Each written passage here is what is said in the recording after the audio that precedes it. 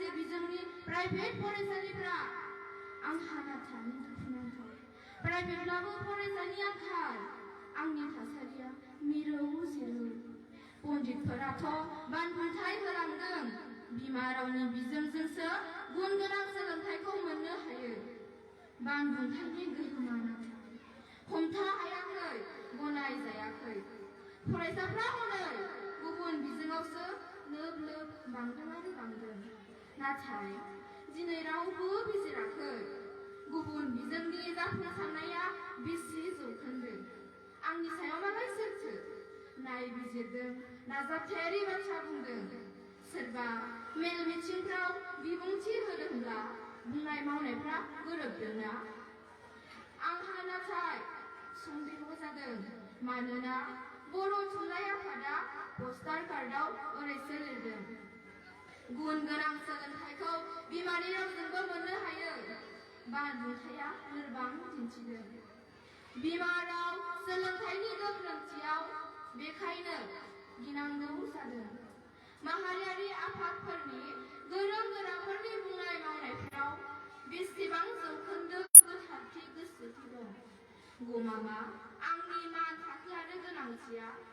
गोख्रै खमायलांनाय सावगारिसो नुजादों आंनि बिफावा बेसेन गैयै जालांदों गोरबोआ आंहा खामग्लिदों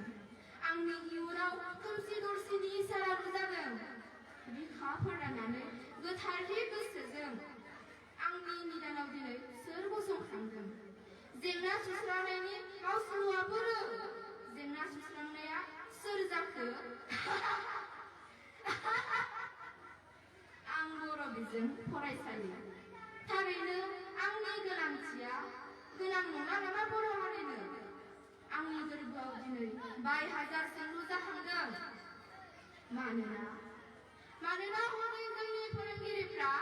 बर' बिजोङाव साख्रि मावनायफ्रानो डिफेन्सनि साख्रि आवलाफ्राबो बर' बिजों फरायनानै साख्रि मोननानैबो जोंनि लिरगिरि थुनलाइगिरि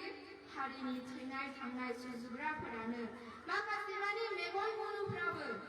माहाजोन सारिनि बर'फ्राबो माहारियारि आफादनि बिबानगिरिफ्राबो राजखान्थिनि सरकारनि बुंनायगिरिफ्राबो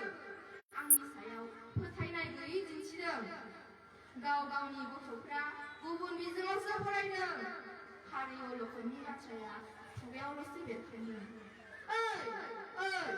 खोनासंनाय बर' बिजोंनि फायखि जगेन्द्र कुमार बसुमतारी सोरबां सुबुं बिफोरां बर' थुनलाइनि फायखि मदाराम सतीश मनरन्जनमोन सुबुंथिनि थान्दै बिनेश्वर ब्रह्म नोंसोर खोनादोंना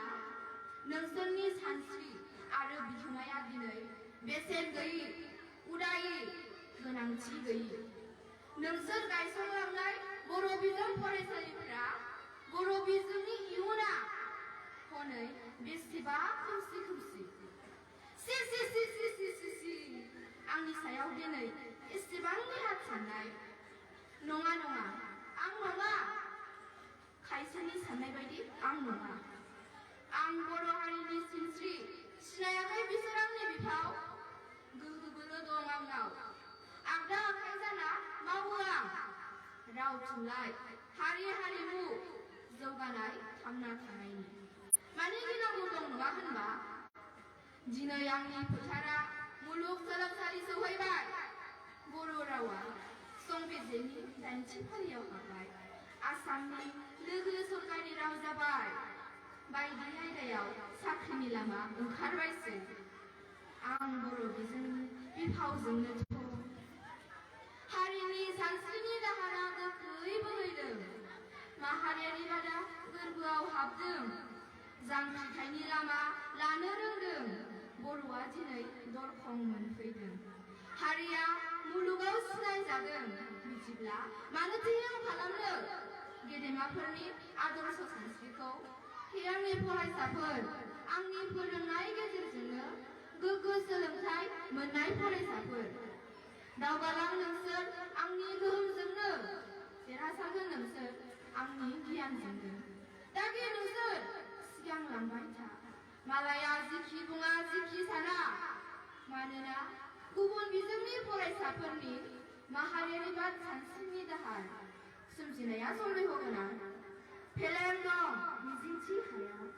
हारिनि इयुन सुबुंफोर आंनि गियानासो फोरोंगोन नोंसोरखौ हारि सिबिनाय हारिमु लाखिनाय माहारि दानाय गावखौ गसंनाय मानोना आं जाबाय बर' बिजों फरायसालि हारिनि सेन्टिमेन्ट सोरजिग्रा दारिमिनथिलि आंनि खन्थाइ आवरायनाया एसेनोसै।